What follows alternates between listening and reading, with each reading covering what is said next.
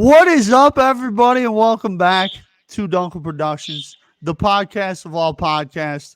And today on the podcast, we got a man who is a fan and friend of the show, Mr. Andrew Ochs. Ochs, how the hell are you today, buddy? How are we feeling? Feeling good, man. It's a sunny-ish day here in Wisconsin, so I cannot complain about that. Yes, sir. Obviously, we've got a huge game going on with the Bucks and the Suns later on tonight, so now it's just about passing time, sitting here watching the Open Championship. Hopefully, my guy Jordan Spieth's gonna pull through here. Oaks, the Open, obviously a big tournament in golf going down this weekend. Great way to pass time if you guys want to go check that out. But Oaks, as you mentioned, Bucks versus Suns tonight. So far, each of the home teams have won the first 4 games of this series. The Suns won the first 2 in Phoenix, and then the Bucks won the last 2 in Milwaukee. So now we have a 2-2 series, which the team that goes on to win Game 5 wins over 75% of the series. So you could say this is a pretty big game tonight. Chris Paul has not looked the same over the past 2 games in Milwaukee. There's been questions about if he's hurt or what's going on with him. Giannis has been absolutely unbelievable. Chris Middleton and Drew Holiday. Drew Holiday really has stepped up his game when the series shipped back to Milwaukee. Still playing insanely well defensively. And then Chris Middleton, Andrew Ochs. Game 4, oh my. 40 points I think he had. Just an insane game. So, Ochs, pivotal Game 5 today. What are we looking for in this game tonight? How are we feeling about it? How are we feeling about it, buddy? What's the score going to be, and who's going to win? Well, first of all, before we get to Game 5, I just want to talk about a little bit about Game 4. Game 4 was probably one of the greater games I've seen, at least in this season. I'm not going to be prisoner of the moment and be like, oh, greatest playoff game in history, because it's not even the best playoff game the Bucks have played, actually, in terms of entertainment. That was actually Game 7 against the Nets. Right. But yeah, man, Game 4, dude, there's a crazy under-talked about story going on here, which is just how greatly underrated, I guess, Chris Middleton is. Like, some people are talking about it a little bit, but seriously, like, this guy is doing things. I saw, like, some crazy numbers that, like, he's doing things that only, like, a few guys that have made the Hall of Fame are doing. Like, the amount of points that he scored in this run from a guy that's drafted in the second round, I think, is the most all-time. So that's just a crazy stat. And, coming into the playoffs for me, I mean, obviously, as a Bucks fan, I was never one of those guys who, hopped off the bandwagon for him and was saying that he wasn't good enough to be on the team. But I did wonder whether or not he was good enough to be a 2 option. You know what I mean? I always wondered whether or not I would take him or Paul George. Well, I'm taking Chris Middleton, okay? Chris Middleton's game isn't as flashy as Paul George, but Chris Middleton is better than Paul George. He's better. 100% agree. He just is. He's more consistent. He never misses games. Like, when's the last time, knock on wood, Chris Middleton missed a freaking game? The dude plays 40 minutes a game, too. Like, he never subs out. It seems like he never gets tired. Like, Tyler the Shooter on Hall of Fame badge for him on 2K. It's insane. And just going back to Game 4, Giannis came out the gate looking a little sketch, like he was having a hard time breathing, and he was hyperventilating, in my opinion. And I was sitting there watching that, wondering, like, is he having a panic attack on the court? Because we've seen it. I mean, you remember, you're a Cavs fan, so Kevin Love back in, I think it was 2018 or whatever, had to check himself out of a nationally televised game, I think it was, because he was having a panic attack during the game. It's scary stuff. So it happens, and I'm sitting there wondering what's going on. Like, he gets hit to the floor and he takes 5 deep breaths and he takes forever to get off the floor. I'm like, what's he doing? And Drew Holiday goes 4 for 20, and I give him a little bit of a pass because he's guarding Chris Paul, like a beast. And Devin Booker too. Yeah, he's been guarding him a little bit and just doing an amazing job.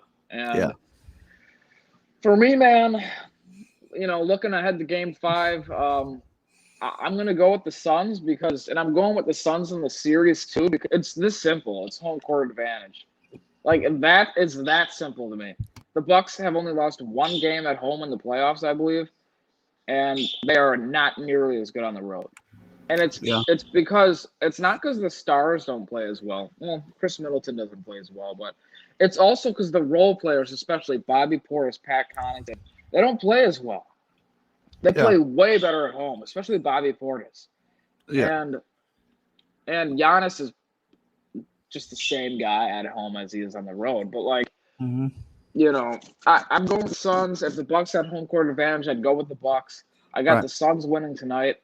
And then when the Suns win tonight, depending on if it's a blowout win, I would not be surprised if the Suns take Game 6 in Milwaukee either. If it's a close game, I think the Bucks take Game 6 and then we go back to 7, we lose in 7. Yeah. But I've got the Suns winning tonight. I'll go 121 to 106. I don't think it's going to be all that close. I really don't. Actually, no. I'll go 111-92. Okay. I think it's going to be probably pretty close. I think the Suns will pull away in the third quarter. Like that's just kind of what I've noticed happens. Is that like when blowouts happen, they happen in the third, not the fourth. I think it's gonna happen in the third quarter. They're gonna blitz us. They're gonna come out with an avalanche against us, and I think it won't be really all that close. So I think they take Game 5, and Devin Booker probably he's not gonna go off like last game, I don't think, because I don't know how you can play better than that. I'll say he's got maybe 30. Chris Paul will have 35. I think he's going to have a huge game. DeAndre Ayton's going to have 20, 25 points. And Cam Johnson, of all people, probably comes out with 5 threes. Jake Crowder's been hot too. That dude doesn't freaking miss. Yeah. So look out for that. The only way the Bucks can win, I think, in terms of keys to victory for us, Chris Middleton's got to average more than 21 points like he is on the road. He's averaging 29 at home and 21 on the road. You can't do that, man. The GOAT, Michael Jordan, stepped up his game on the road. You got to be like him. But yeah, for the Bucks to win, Chris Middleton's got to put up at least probably 30. Giannis, do what you did in Game 2. Put up 35, 40 points. He's got to be more aggressive than he was in Game 4. Maybe he was doing the Michael Jordan thing where Jordan used to, and LeBron took this from Jordan, but Jordan used to go into games. It's who played first. It's true. Who played first? Jordan used to go into games trying to get his teammates involved and sit back and kind of hang low, and then he would take over the game in the second half. If Giannis was doing that in Game 4, it almost screwed us. So please be aggressive in Game 5. And the big thing is the role players got to play big, man. The role players got to play big. Yeah, there's no energy from the crowd. Bring your own energy. Right. You know what I mean? You're in the finals. You're in the finals. Bring your own damn energy. When Bobby Portis gets fouled on an offensive rebound and on a putback and gets fouled and misses it and goes, yeah, let's go. Do that on the road. Who cares if you're the only one yelling? Do it on the road. Whatever you got to do to hype yourself up, do it. You know what I mean? So we're gonna see a lot from Giannis tonight. It's like somebody said, it's the biggest game for the Bucks in 47 years. It is because, like you said, what is 75% of the time or some crazy number the Game 5 winner wins the series? That's huge. Especially if the Game 5 winner has home court advantage, and I bet you the numbers go up even more than 75%. Yeah. So, yeah, I think it's gonna be a good game in the first half. I expect a blowout in the second half, and going back to Milwaukee down 3-2. Ochs, I liked a lot of your points there, especially the point on Middleton. I think Middleton and Giannis need to have big games tonight. They need to play like the stars that they are. Middleton, I think, has definitely made a name for himself in these playoffs, and Giannis as well has had a great NBA Finals so far. But like you said, Giannis needs to come out and be aggressive. This game almost takes me back to, you're down 2-2, but it feels like if the Bucks don't win tonight, they probably won't win this series, at least in my opinion. I think this needs to be a Middleton and Giannis game. They need to come out and attack, take over. I'm not saying, they don't need a LeBron and Kyrie back in 2016 game 5. They don't need to go 41-41 apiece, but they have to get in the high to mid 30s, each of them, to give themselves a chance. And I think the key guy tonight is Drew Holiday. Drew Holiday, if he can start making shots and step up, gives the Bucks a chance. But again, those role players like Connaughton, Bobby Portis, those guys are going to have to play well tonight as well. The thing that I'm looking for tonight and why I think the Suns win is you see guys, you see superstars, you see all-time greats who have bad games. Chris Paul in this case, games 3 and 4 were in his best games. I think you're going to see a Chris Paul game tonight. I think he's going to somewhere along the lines of like probably 25 and 10 with 0 turnovers. More like a typical Chris Paul game we're accustomed to seeing. I think Devin Booker is going to go absolutely bananas. I think Monty Williams, man, I think he has a great effect on Devin Booker and Chris Paul and what these guys are doing and why they're here. I don't know if you watched the sound bit in the locker room after game 4, but Monty's like, hey guys, we got to keep our heads up. It's 2-2, and we have 2 of our next 3 games to win the title at home. That Monty Williams, true leader. I think he's going to get these boys ready to play. Devin Booker, I'm going to say somewhere along the lines of like 36 points tonight. I think he's going to have a good game. But again, with Phoenix, I think you need to see Cam Payne. You need to see Jay Crowder. You need to see Cam Johnson, Mikal Bridges. These guys have to make big, tough shots tonight for the Suns to win, and I think they will. Jay Crowder's been very hot this series. He's been one of the best players on the Suns, and Ayton has shown to be more aggressive at home than he is on the road. So I would expect a decent game from DeAndre Ayton as well. Ochs, I like the Suns tonight, 105-95. I think it's going to be a little bit closer than you're thinking.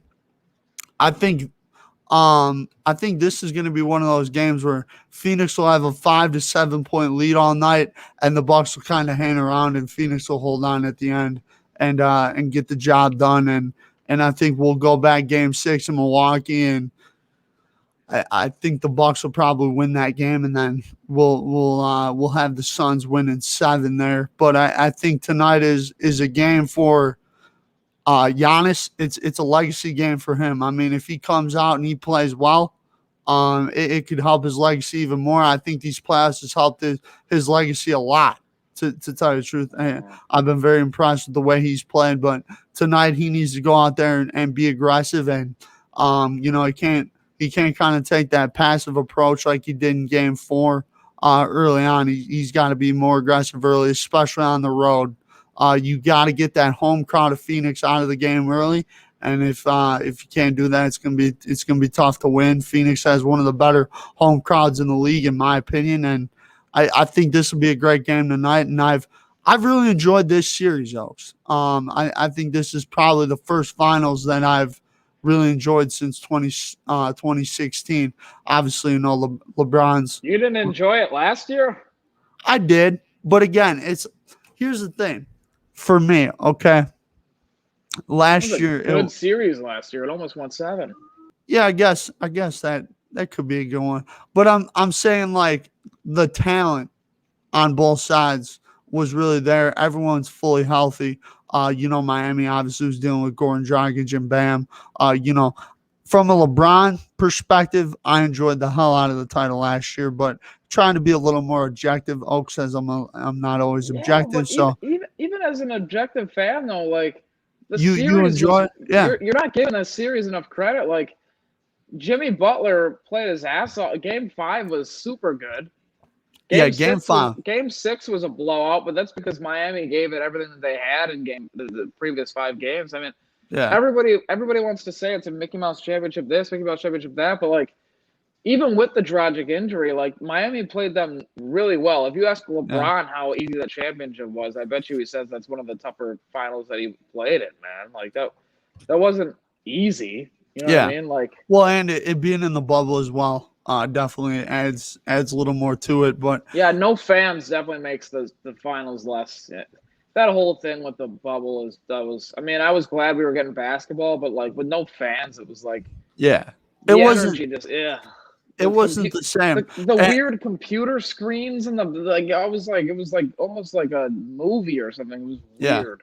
Well, Like and I think you tweeted some about this the other day, but like game 4 was at all 4 games in this series. The crowd has been insane. And I mean, all I playoffs, thought, the crowds have been insane. I Like the thought, yeah. I thought personally game 4 was one of the loudest crowds I have heard since 2016 game 6. Cause I remember that game and it was full on pandemonium in the Quicken Loans Arena. It was, yeah. And it was like that at Pfizer, man. I mean, I was watching the game and I just could not believe how loud that crowd was. It was a great game Well, too. give Toronto some credit because 2019 finals they were Yeah. nuts too. Golden Yeah. State in game 6, that crowd was pretty crazy too. I mean, but I almost wouldn't be surprised if the Suns won, if they win tonight, if they won on the road in game 6. Because I was thinking about this as you were talking. Okay. Like, how many teams have actually won the finals on their home court? Not many in the last, 10 years. Like, 2012, Miami beats OKC in Miami to clinch. 2013, they beat the Spurs in Miami. Yeah. But 2014, the Spurs won it in San Antonio, right? Or was it in Miami? Yeah. I think it was in San Antonio. I think so too. So you had and three then straight. After that, but then after that in 2015, the Warriors beat the Cavs in Cleveland. 2016, they beat them in Golden State. 2017, they beat them in Cleveland. 2018, they beat them in Cleveland again, I think. It might have been, because that was a sweep. 2019, they beat them in Golden State. The Raptors do, and 2020 was in that little bubble. So, it's not unprecedented, especially in the last 8 years, that teams win on the road. You know what I mean? In Game 6. I think because that Game 5 is so dang important, and you snatch the soul. Whoever loses, their soul is snatched. You know what I mean? Yeah. Well, and I think too. It's almost like even when comebacks happen, Ochs too, it always starts with Game 5. It started with the Nuggets. It started with Game 5 against the Clippers. With Cleveland starting Game 5, obviously. With Golden State coming back and beating OKC that same year, it started in Game 5 in Oklahoma City. You know what I mean? So, good point. So Game 5 is almost like, a very important game, not just for, the teams that usually win it, but comebacks start. Game 5 is when you can find something and, see what you can take from there. And I think Game 5 is going to be huge tonight, Oaks. I really do. I think it's going to be a great game. And, like I've been saying, this is one of the finals that I've enjoyed, watching, and especially, I will say, Oaks, it's kind of nice to not have to worry about your team, in the finals for. Yeah, it's stressful, man. Yeah. Well, I remember, man, you've had to worry about it for 9 years straight. 10. Yeah. Fucking, Yeah. And dude, even last year, with everything going on, and it's like I was so locked in for the finals, dude. Every game, I'm like, let's go. I mean, Game 5 when we lost, I mean, I think I was literally dripping sweat after Game 5. I had to take a shower. That's how bad I was. I don't get that. I get the internal.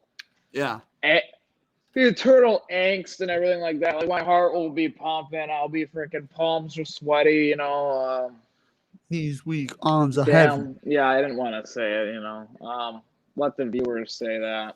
But I was at the Deer District, man, on what was that, Wednesday? Yeah. It's weird having all these days in between games. And yeah, I told you this, I think, we're, I'm at the Deer District, and we're down by 1 with like 3 minutes left, and everybody there is dancing and partying in the commercial break, and like this one guy was just going crazy dancing, and everyone's like, yeah, yeah, yeah, and I'm sitting there like literally like straight faced, like not even paying attention, like because when my team is in it, or if LeBron was in it in the past or something, like I'm zoned in, you know what I mean, like I'm, like I said, like I take the losses personally. I hate losing. I'm an extremely competitive guy to like almost a default bad way, like where I just I want to win. And if you want to beat me, there's a problem. You know what I mean? Like it's that simple. And, and it works well in a lot of areas of life. But like for me, it's like, like you said, man. Oh, you're also very competitive too. So, well, that's what I was saying. Yeah, like I'm extremely competitive, and that's why I think that's. I asked, it's a little bit off topic, but just in terms of the competitiveness, man, like of what you were saying, like what it's like to root for your guy. I asked my mom, like, where did my love for Jordan come from? Like, whatever. She said I just naturally gravitated towards him. Like, she never put him in front of me. Like, I just from day one wanted to watch his stuff. It's weird. You know what I mean? And like I think it's because I was so obsessed with Jordan, who I consider to be the greatest competitor of my lifetime. In terms of competitive nature and stuff like that, it's him, and it's Tom Brady, and it's Tiger Woods. Yeah. And then probably LeBron is in there somewhere. But Kobe as well.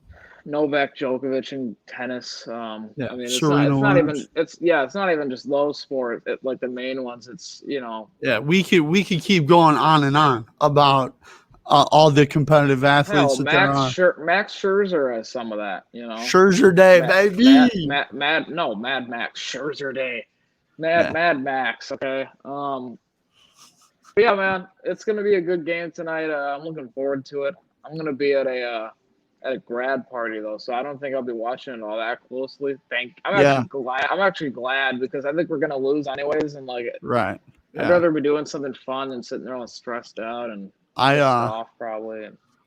On that note, I have a grad party to go to later today as well. But just real quick, going back to the whole Deer District thing. That's how I am during the finals. Like I'm trying to remember in recent years. There's been probably only a handful of games that I've watched with other people. And from LeBron's 10 finals appearances, 11, something like that. Insane number. 4 and 6. That wasn't even a shot. That was just me. It's 10, 4 and 6. But it's been a 4 handful. Championships is a good amount. 4 championships is the second. It's not an insult to call somebody this from. Listen, it's not an insult, Dunk. Listen, to call a kid who grew up with nothing and no money, and he was homeless basically, to say that kid became the second greatest player of all time. How is that an insult? It's not. He's not better than Jordan. It's that simple. But he's the second greatest to ever dribble a damn basketball. That is not an insult. And the fact that, like, I get, like, we love to do the debates and everything like that. Here's the facts of the matter.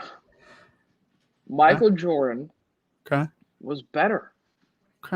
He was better. Like, it's, in my opinion, it's not really, it's all opinions, but like the numbers back that up. I mean, like the amount of numbers that Jordan, this isn't a Jordan LeBron debate, but the amount of numbers that Jordan put up in 6 less seasons, like, and won 2 more championships and never lost in the finals. Not only did he never lose, he never got to a game 7. Yeah. Oh, but look what he did before Scottie Pippen got there. Look what LeBron did before he went and joined Dwayne Wade in Miami. Like, yeah, he got to the finals. He got swept. Who cares? He got swept in that finals. I mean, throw that away. Because if you don't hold that against him, like I don't hold the sweep against San Antonio against him.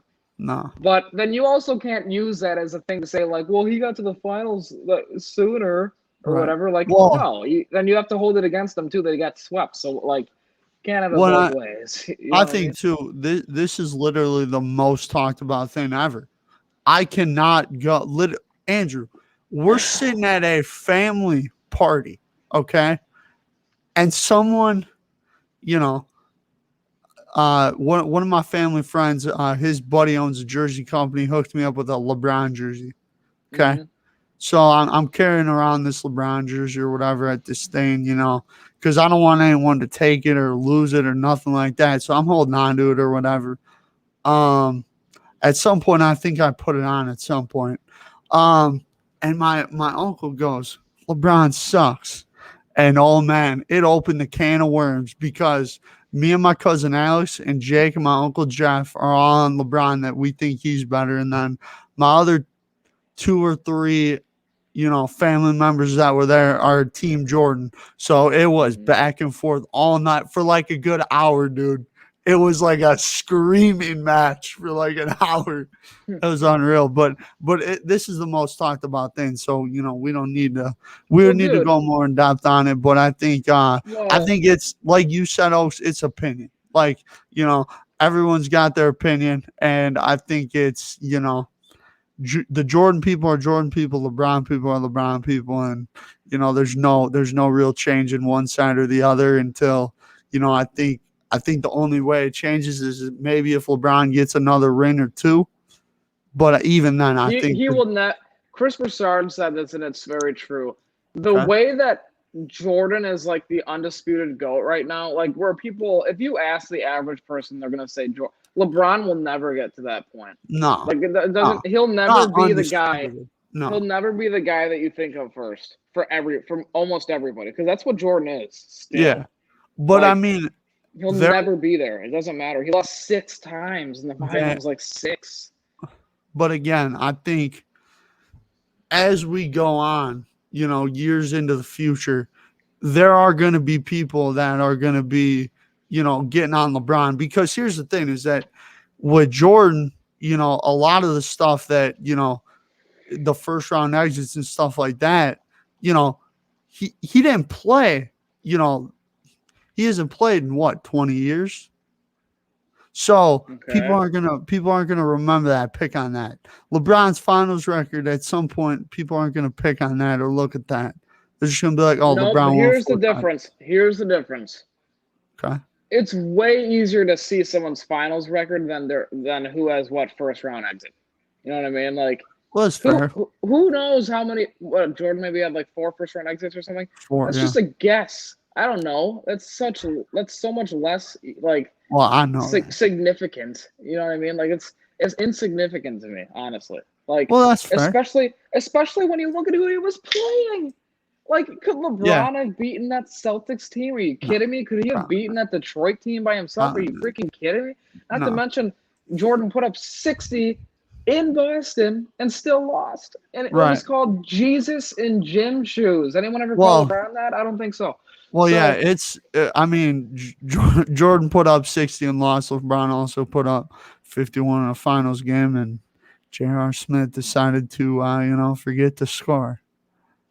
Yeah, I mean that's a whole different, issue or whatever. But even if you take away the super team losses in the finals for LeBron, let me tell you this: LeBron is so lucky that he won last year because if he lost to Miami in that finals and went to 3 and forget about it. Forget about it. You're not even like I tweeted this, and I mean this. I don't care what he would have done afterwards. If he lost that, you're never better than Kobe. You're never gonna be better than Kobe because Kobe never lost to a team that bad. Right. Well, never.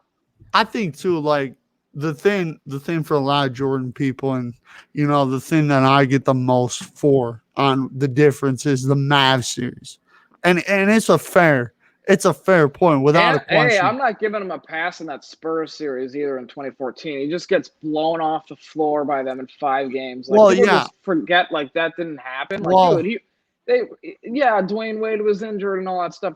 Tim Duncan was on that was his last year in his prime. Yeah, Manu Ginobili was bald. Wade and Bosh weren't the same in that series. The problem with that is like that they got blown out. I mean, they were tied 1-1 with 2 games in Miami, and they got blown out. both games. Let me ask you this: did Jordan ever let anything like that happen? No, and the evidence is in the pudding. But Even it doesn't but happen with him. but Oaks, we're not going to keep going on this LeBron Jordan thing because we could talk about this Here, for I do need to talk 45 about one minutes. more thing with this though. I saw somebody on Twitter, or no, Dennis Rodman said LeBron has no bag anymore. He has one move and it's driving straight to the rim, and it's true. But that's because that's what it is now. Okay, what can LeBron do these days? He's got no moves because his athleticism is so much diminished. Like, Yeah. why do you think, Dunk? Have you ever noticed that lately? Go back and look at the highlights of LeBron's early career years, Yeah. even in 2018, and look at him now. He can't get open without the pick and roll. He's not fast enough anymore. He doesn't have the No. agility. He's too slow. But I mean, He doesn't have a bag. He has no bag. But I mean, again, he's in year 18 and has played the most career minutes of any NBA player. So No, I get it, mean, but I was just that's to saying, be like, everybody was expected. acting like what Dennis Rodman said was Nah. nuts. It's not nuts. It's true. Watch the damn Well, games. it's not nuts, but at the same time, I mean, LeBron's still a great player, top player in the world. I mean, no, I go back and forth on this dude. Like, I don't know if he's the best player in the world anymore because, like, no, like it's I'm saying, so he's a top player. Like he has an Who do you argument. think is the best player? Either LeBron or KD. It's one of the two. It's so hard. Because here's the thing: is you could say, okay, LeBron, look at him before his ankle wasn't really the same after. Let's see what he does this year. That's fair. Yeah, I think you just gotta wait. Yeah, but you could also look and say, well, KD balled out in the playoffs. But he lost to a Bucks team that LeBron with that same team would have destroyed, in my opinion. Exactly. So I think it's kind of like, okay, LeBron and KD, and then I think we'll see what happens next year. I think Giannis has kind of put himself back into that conversation a little bit. Obviously, if he wins this year, it could help him out immensely in that argument. And then we'll see what Steph does next year with Clay back, which me and you both think. Steph to me he never was the best player in the league because he can't defend. It's this simple. If you can only play on one, Luka will never be the best player in the world. Will he be number 2? I think so. Luka? But if you can't defend, you cannot be the best player in the world. I'm sorry. You can't just – if I can blow by you, if you can't get a stop on the other team's second or first best player, how can I say you're the best player in the league when you're completely a liability on one side of the ball? Well, and in that Cleveland series, they would literally – whether it's Kyrie or LeBron, attack. I mean, Kyrie freaking lulled them to sleep and hit that 3-pointer over him. Like, that was good defense by Steph, to be honest. That was just an amazing shot. I mean, Steph was in his shit. Like, Steph's hand was right here. It was right in front of his face, But we could go on and on with the NBA, LeBron, Steph Curry, all that. Let's keep rolling, dude. Michael Jordan is the greatest of all time. 6 for 6, baby. LeBron's the best, but you guys already knew that. He might be more better all around talent, but as far as greatness goes, no sir. Well, if you ask, I don't even think he was. Jordan was a better 3-point shooter. Jordan shoots over 15% better from the free throw line. Like, it's not even close, man. Okay, Ochs. Let's move on. UFC 264, man. Dustin Poirier, Conor McGregor. Now, I'm going to be real with y'all for a minute. I'm not very well versed in the UFC world. I tweeted something about UFC, what was it, Ochs, 2 months ago, and I was completely wrong. So you haven't seen another UFC tweet from me in a while. But Ochs, you were in the building for this fight, Poirier versus McGregor. We all know what Conor McGregor represents. He's one of the biggest icons in the UFC world. Definitely draws world in general. Yeah, definitely draws a crowd without a doubt. But Ochs, Conor McGregor's injury. There's been a lot of talk about him and getting hurt in this fight, and I believe it was the first round.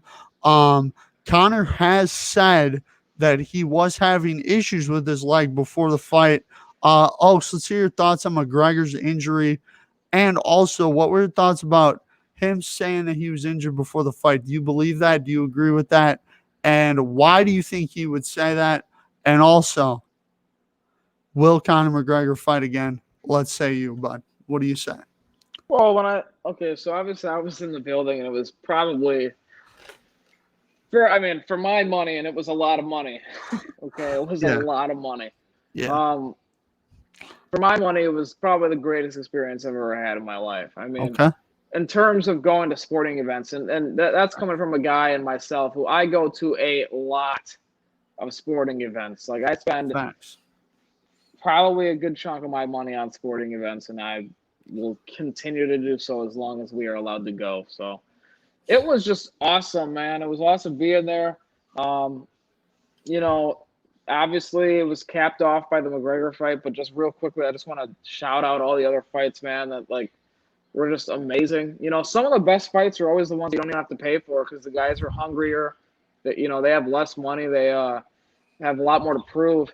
And so leading into the main event, obviously we're all hyped up. And then, you said McGregor is one of the biggest guys in the UFC. He is the biggest entertainer in the country, actually. Nobody draws money like this guy. I watched a video like the day of the fight where they were talking about what he does for Vegas and trust me, I walked around Vegas. There's things of Conor McGregor everywhere, billboards, those little fucking like cardboard cutouts like everywhere. The city shuts down for this man. Like, right. Or actually they don't shut down. It gets live for this man. I mean, like right. What he means to wherever he's fighting is just insane. The guy's he's the greatest entertainer of our lifetime, without a doubt, just in terms of the show he puts on. Yeah. And so when I saw the injury, first of all, in the fight, I thought McGregor started out pretty well. He always likes to start out really fast. And I did think, though, once he got on the ground, obviously, he's got mounted, and Poirier did what they call stacking the guard, which is where he's got pretty much Conor was trying to put his feet on Poirier's hips to get off him, but Poirier was kind of willing to let him do that so that he could just smash him, or as Khabib would say, smash him. And it didn't look very good for McGregor, man. But, it turned out that McGregor was like, oh, the ground and pound. It wasn't really all that bad, but it looked bad live. And I thought the fight was going to get stopped because it looked like he was getting hit with some nasty elbows. Those were cutting elbows or slicing elbows, as they call them. Right, like when they go right across your face like that and cut you open. Right. So I knew I thought he was actually relatively hurt when he finally let him back up, when Poirier let McGregor up. And the next thing I know, McGregor throws a punch, starts to retreat backwards, and just falls. A lot of people thought that he got hit. I didn't think so. I didn't know why the hell he just fell to the ground. Right. Yeah. And then you see the injury, and it's just nasty. And it reminds you of Chris Weidman in April when he snapped his leg on Uriah Hall. In the first strike of the fight back in April, in the first fight that was back with fans, and it was just wild to see, man. And it was really depressing, honestly, because like I was really looking forward to. You obviously paid the big money for that fight, and the last 5 minutes kind of sucked. But to hear him come out and say that he had previous fractures and stress fractures in the foot and all that, it makes sense. I mean, Poirier's like, I checked the kick and that's when it happened. No, you didn't. I watched that fight 4 times over. You didn't check any kick, buddy. Okay. Right. It wasn't because of anything you did. You didn't win that fight either, guy. All right. That should have been a doctor stoppage, like Conor was saying. It's a freak accident. It was nothing that Dustin did right that caused that thing. And, so I do believe in that there was fractures in the foot. He even Dana White asked the UFC, why would he say that if it wasn't true? You know what I mean? Like, knowing somebody can easily just do that. Yeah. Not saying that the UFC couldn't cover for him, but why? You know what I mean? Yeah. Like, I don't think they would if he was lying either. Like, no, and there was a kick that shown that he might have hit his elbow or something. That when he kicked Poirier's elbow might have been the thing that really did it. Yeah. But that doesn't mean that there wasn't fractures in there before. You know Right. what I mean? And this Well, weird, I just really quickly want to address this just really weird social media culture that I just hate living in right now, where like when somebody gets something like that, we jump to the Jake Pauls of the world making fun of them with these weird ankles and all these weird memes and everything. It's just yeah. annoying. You know what I mean? Yeah, it's Like dumb. it's so annoying. Like, but you know, it is what it is. It's the world that we live in, unfortunately. And but you know, just you hate to see that happen. Um, I do think that they will fight again. I think Connor will be back again. I told somebody it'll be a year. I think he'll probably fight towards the end of summer next year. And that's what he said too. Dana White said he'll be back in a year. So it's just unfortunate for his career, man. You know, because Yeah. now he's coming off of 2 straight losses against the same guy. Um, he beat Donald Cerrone, which and you might not know much about him, but he beat him in 2020 or yeah 2020. But Donald Cerrone is a guy that loses to everybody these days. He's kind of just like your ticket into like the top 15, top 20 rankings. Like he's Right. a guy that's proved himself, but he's not really That you good. know that good anymore. He's old. He's like 40 fights in. He's fought the most in the UFC history, I believe. So Right. and then before that, he lost to Khabib. So he's 1-4 or 1-3 in his last 4 fights. Is just not looking great for the guy. But I'm still a huge fan. You know, I don't hop off the bandwagon like that.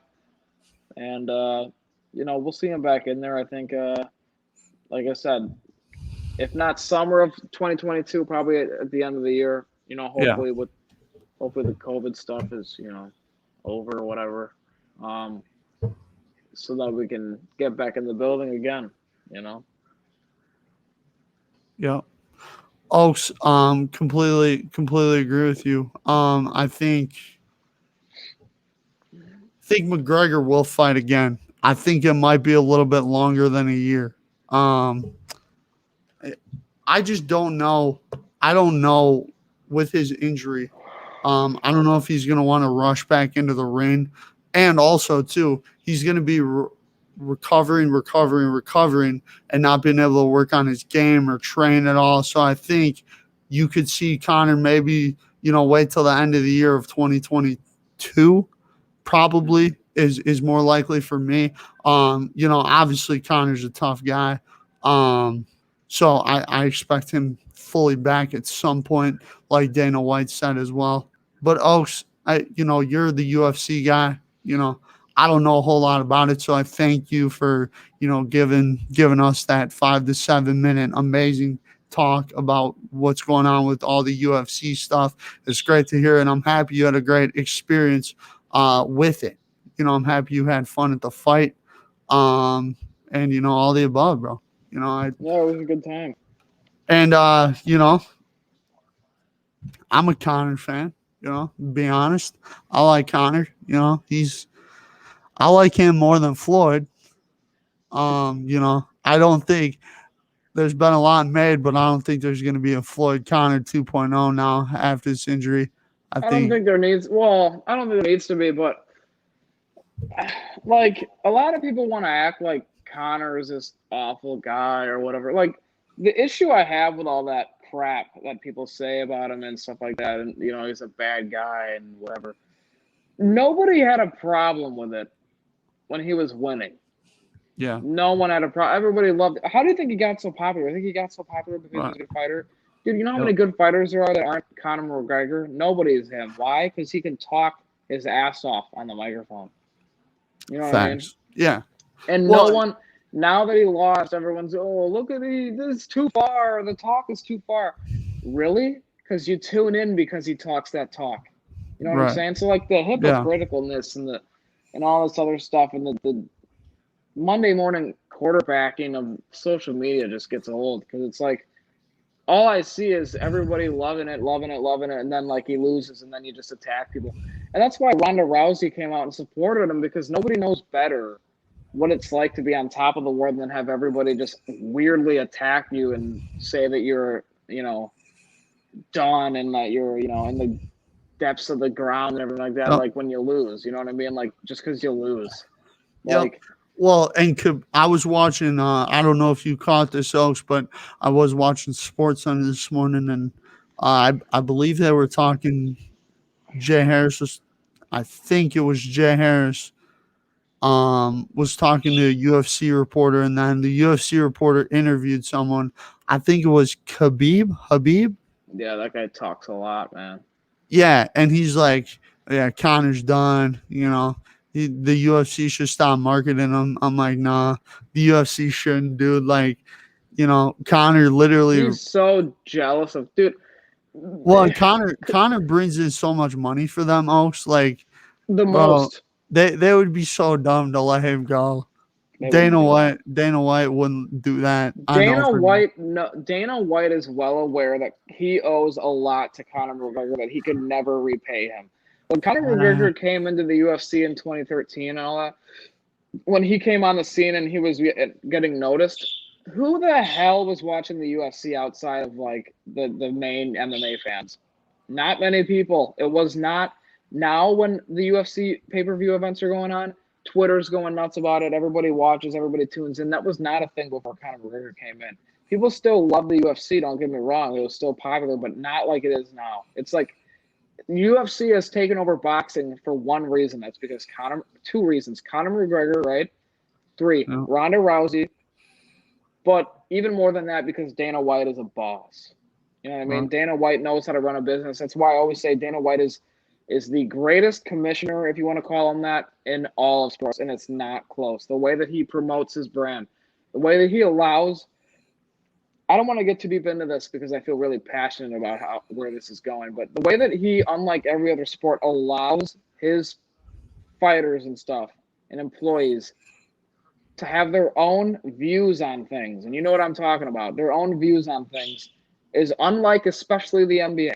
You know what I mean? Like, when you watch the UFC, you're not getting this political agenda shoved down your throat or this political agenda shoved down. It's just fighters are fighting to knock each other the hell out. You know what I mean? And that's what you come to see. And that's why I gravitated towards it, especially, this past year or whatever, is because I go to sports to see sports, man. You know what I mean? Like, I think a lot of people go to sports to see sports. You know what I'm saying? Yeah. And Dana White has done an amazing job of keeping the main thing the main thing. So, yeah, I mean, Dana White has done an incredible job with the UFC in particular, and he has definitely built that brand up, and he sure knows what he's doing.